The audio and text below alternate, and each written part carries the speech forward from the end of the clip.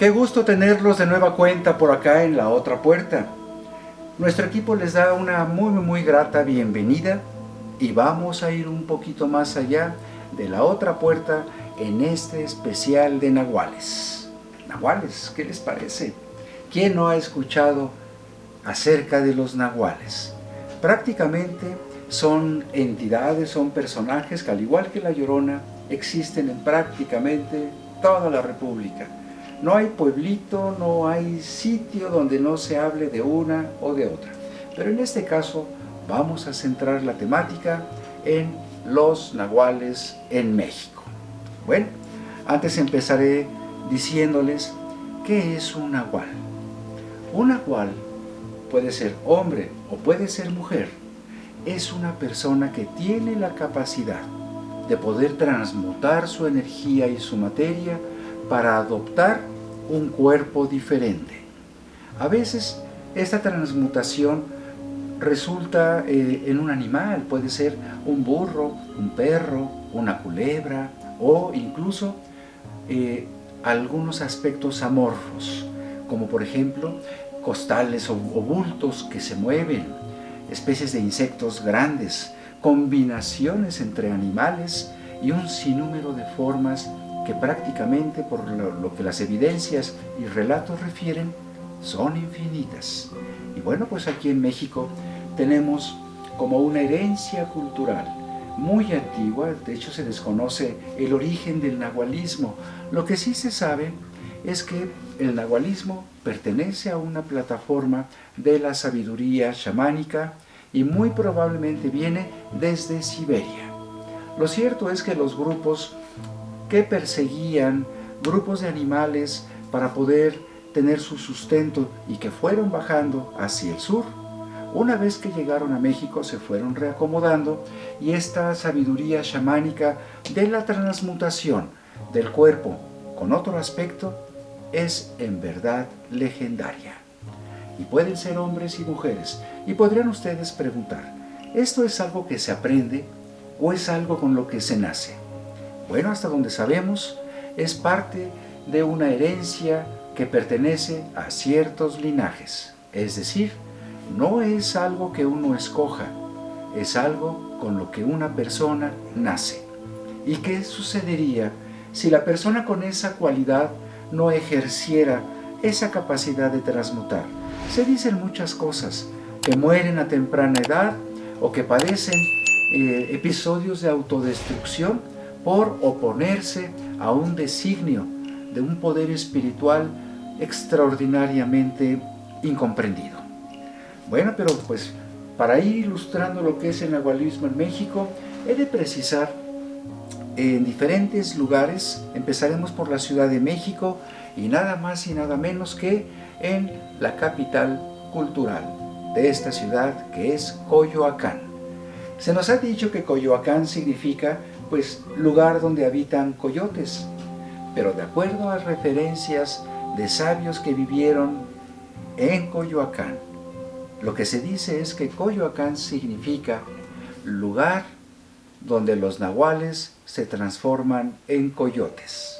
¿Qué les parece? Una nueva versión de lo que Coyoacán puede significar. Y se dice que había incluso rutas de poder en las cuales hacían recorridos de lo que hoy es la parroquia de San Juan Bautista hasta la capilla de la Conchita. Y de ahí se iban prácticamente hacia el exconvento de Churubusco, donde está un bello ahuehuete, donde antes existía un adoratorio dedicado a Huitzilopochtli, el señor de la oscuridad, aquel que tiene en su pie izquierdo un espejo de obsidiana que humea, lo cual habla de un poder, de una transformación muy especial.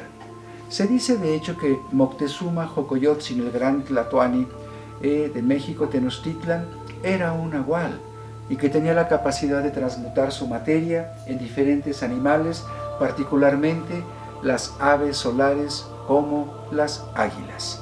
Pero bueno, si regresamos a Coyoacán, he de relatarles un episodio que hace muchos años me comentó don Pablito, un hombre que tenía una peluquería ahí en la calle de Aguayo, y él refería que él tenía un primo que le gustaba mucho la bebida, le gustaba mucho alcoholizarse y emborracharse, y en cierta ocasión que él estaba en lo que antes era el Cine México, ahí en la calle de Centenario, ya a tardía hora, una vez que salió de una cantina, vio a un lechoncito.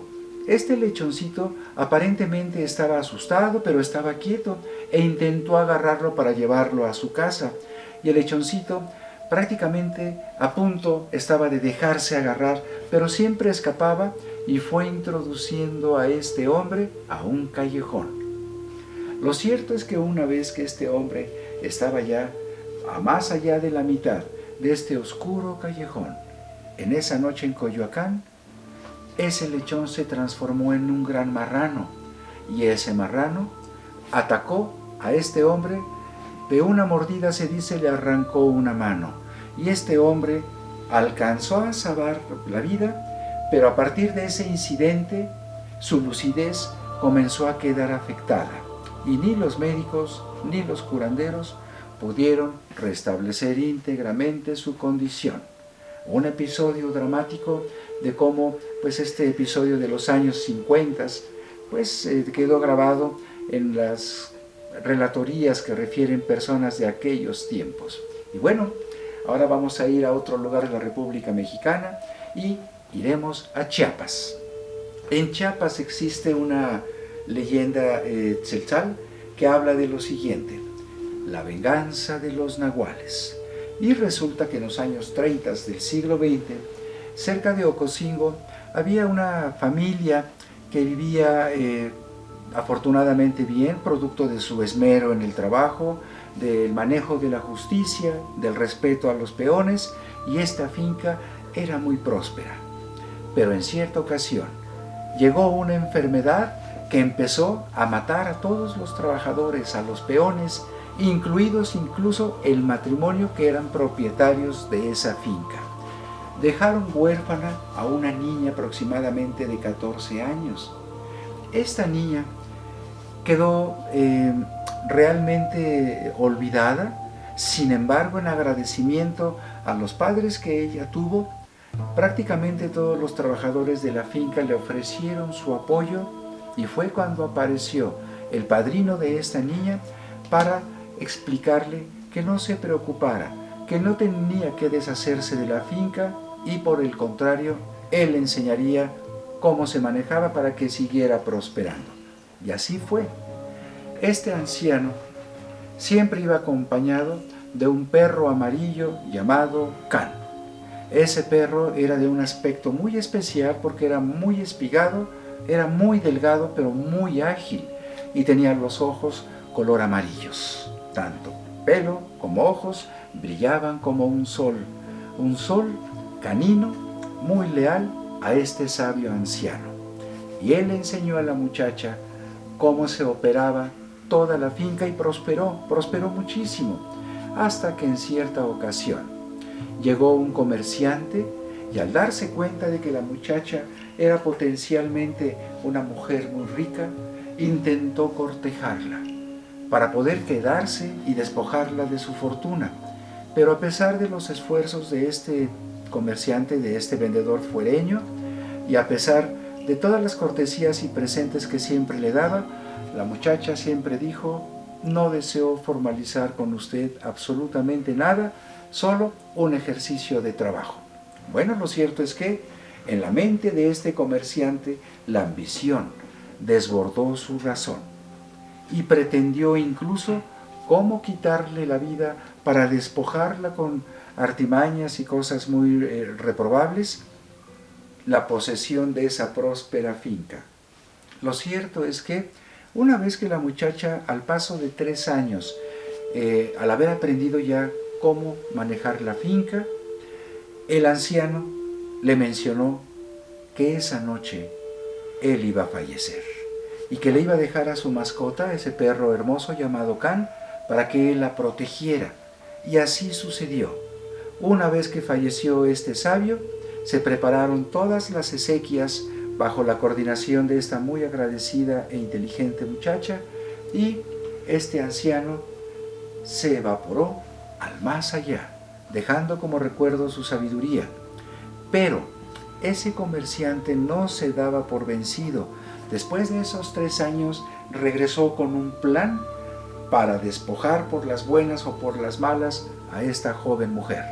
Lo intentó, pero lo que no sabía este comerciante es que la muchacha era nahual.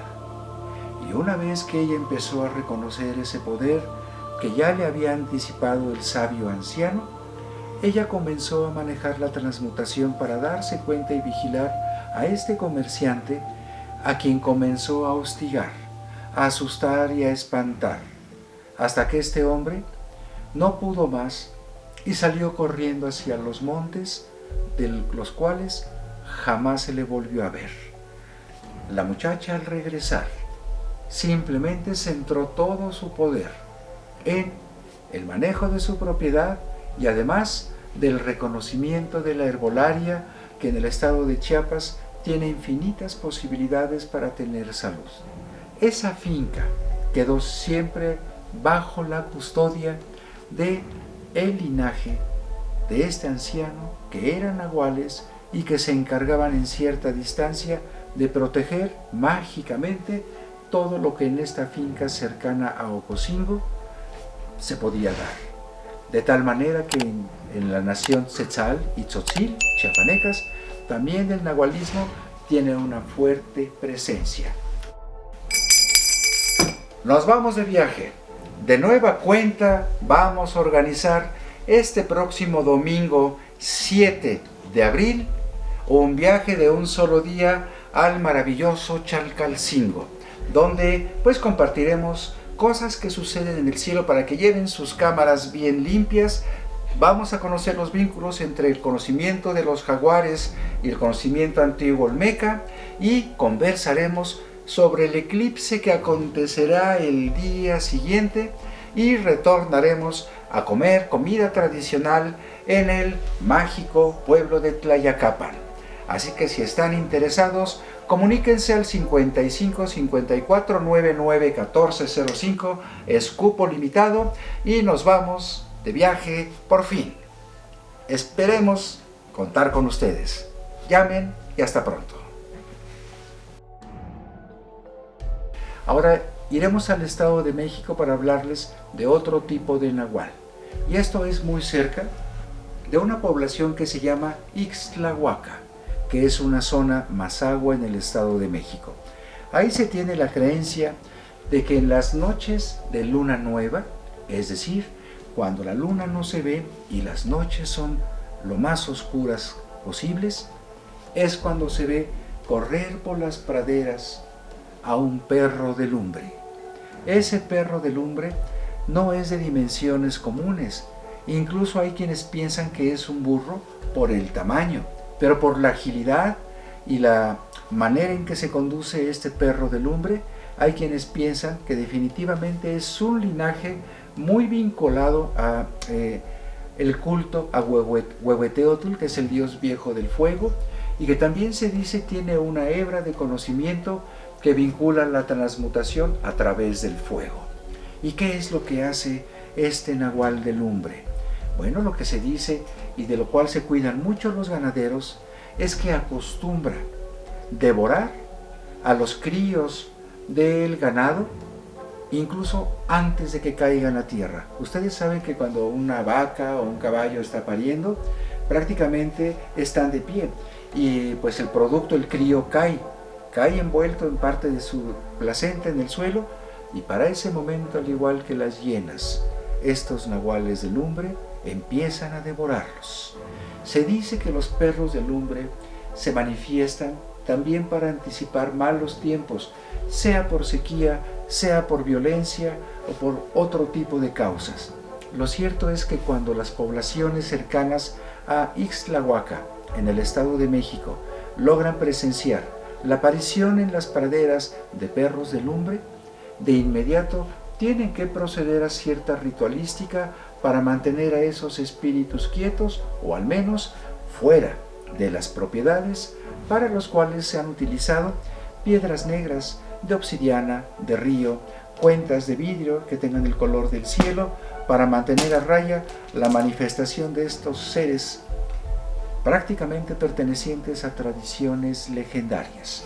Pero bueno, del Estado de México vamos a ir a otro lugar y vamos a hablar de los guajolotes negros. ¿Sí? Los guajolotes negros en el estado de Guerrero son una creencia muy arraigada. Cuenta un relato de que en cierta ocasión, cerca de Marquelia, había una casa humilde donde vivía pues una pareja con su primogénito. Esta pareja trabajaba en el campo y eran apicultores, humildes pero muy trabajadores. Y en cierta ocasión, antes de que cerrara la noche, de pronto escucharon ruidos muy extraños dentro de lo que es el pequeño camastro donde estaba este bebé. Y el esposo estaba completamente dormido, no reaccionó a los llamados de cierta urgencia de su esposa por esos extraños ruidos. Y cuando ella se levantó a ver qué estaba aconteciendo con su bebé, descubrió que había un orificio en el techo.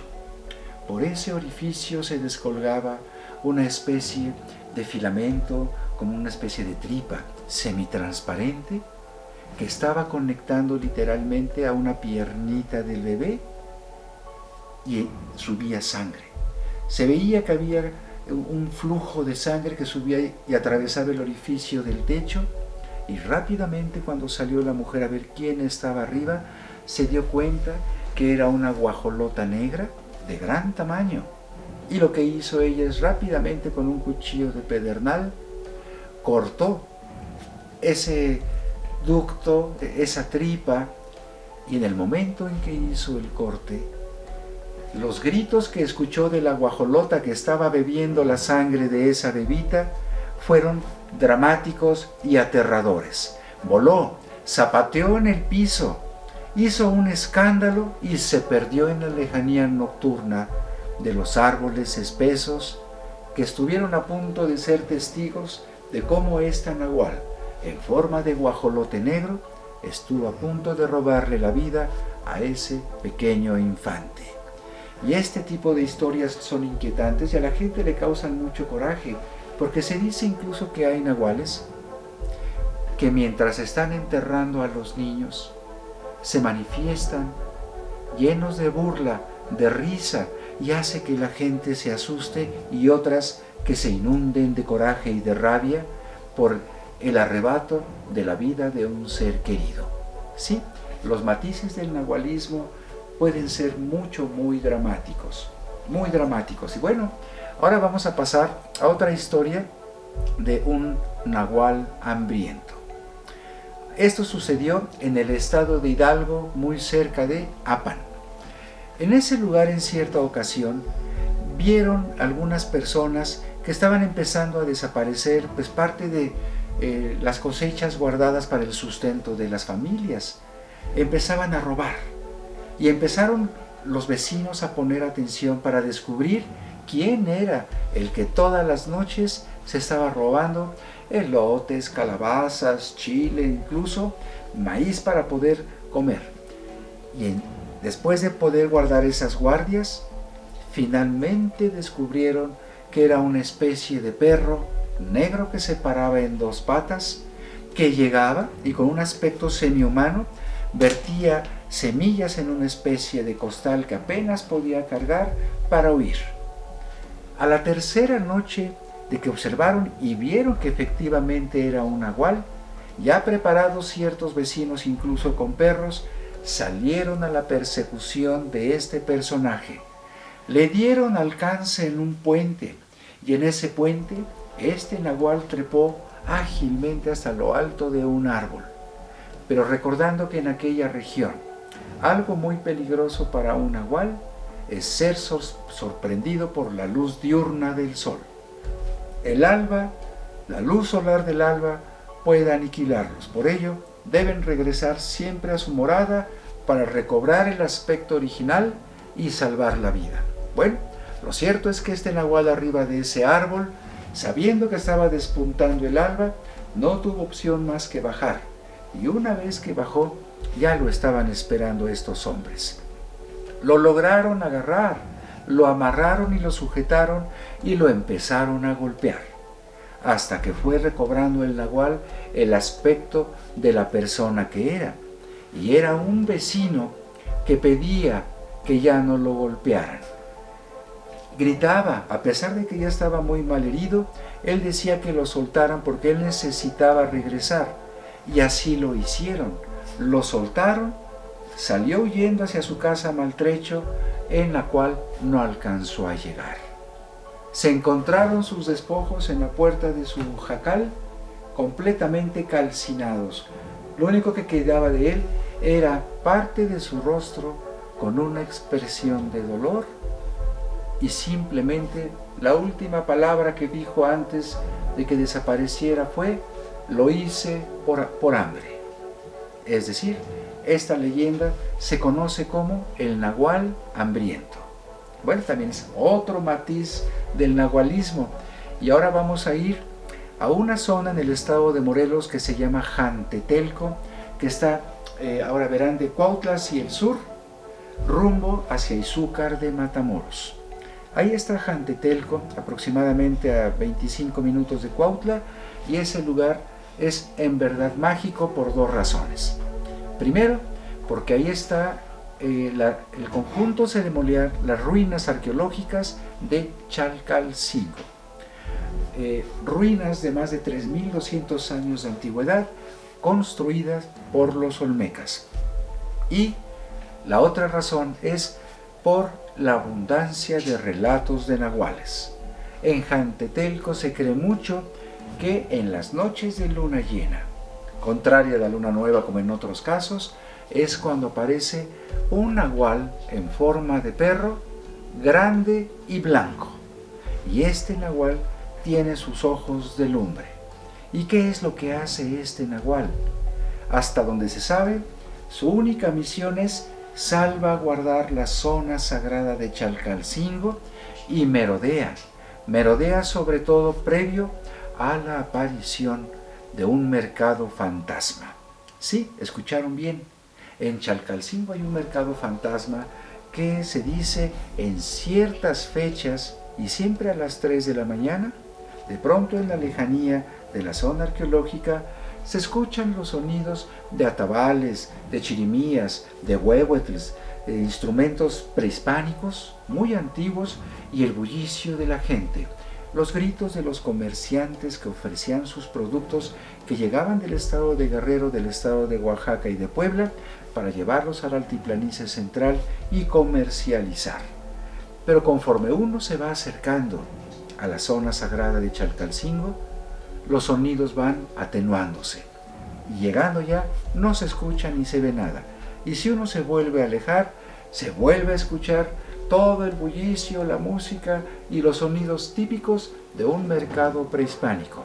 Bueno, pues este nahual blanco, este perro blanco como guardián de la zona sagrada, ha sido visto en diferentes ocasiones. Lo que se sabe es que no es un nahual peligroso para la gente, simplemente es un guardián de los secretos que ese lugar aún guarda. Bueno, y ahora iremos al estado de Guanajuato. Les voy a platicar el caso de una hacienda que estaba muy cerca de Acámbaro, llamada, si mal no recuerdo, la hacienda de Santana. En esa hacienda se preparaban en tiempos posteriores a la Revolución quesos que después del cuaje de la leche pues se obtenía pues ya lo que es la masa, se amarraban y se suspendían en el techo y se ponían a girar para que escurrieran el suero, y ya después de 2 o 3 noches de estar girando simplemente eran recogidos y comercializados, hasta que en cierta ocasión se empezó a detectar que alguien se estaba robando un queso todas las noches, un queso pues voluminoso, y los caporales comenzaron a amenazar a los trabajadores por instrucciones del hacendado de que iba a haber sanciones muy drásticas si seguían aconteciendo estos hurtos. Lo cierto es que no daban con el ladrón, hasta que ya los caporales encomendaron a otras personas para que estuvieran vigilando el lugar donde se estaban suspendiendo los quesos, y en cierta ocasión vieron que entró por una de las ventanas un perro de gran tamaño y de aspecto pulposo, piel escamada, verdosa y muy maloliente. Cuando este animal entró por una de las angostas ventanas, se dieron cuenta que después se paró en dos patas y con las patas delanteras logró bajar uno de los quesos, incluso llevarlo en dos patas y salir por la ventana. Cuando uno de los caporales se dio cuenta de esto, rápidamente le siguió y le disparó con una escopeta. Por lo que él vio, alcanzó a herirlo en la pata trasera izquierda y siguió el rastro.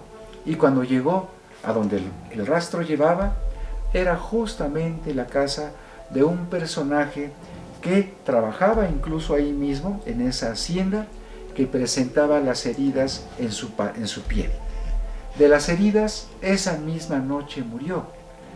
Pero los caporales juraron y perjuraron que el aspecto de este hombre era la de un perro que caminaba en dos patas. Así que, bueno, pues en cuanto al nahualismo, se pueden decir muchas cosas. Recuerden que en el conocimiento legendario chamánico, al cual pertenecen prácticamente casi todas las tradiciones mesoamericanas, el nahualismo es una constante. Así que, si ustedes quieren protegerse de esos peligrosos personajes, deben de poner filos de obsidiana en las cornisas de las ventanas. Pueden poner cruces hechas con pericón y también colocados en puertas y ventanas, o poner cruces de cuchillos o machetes cercanos a los dormitorios para que los nahuales no invadan esos espacios sagrados. Así que no olviden tener sus obsidianas cercanas por aquello de las dudas. Así que no olviden darle like, suscríbanse y compartan, y estaremos para servirles. Y dos comentarios finales. Primero, que todos los miércoles a las 21 horas se estarán estrenando pues los programas de La Otra Puerta.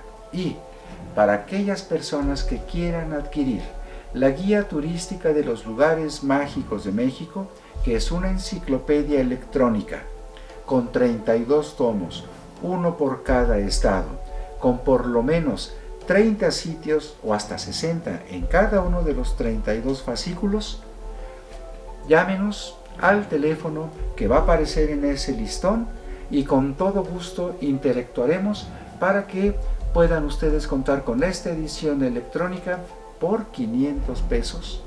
Es una verdadera ganga.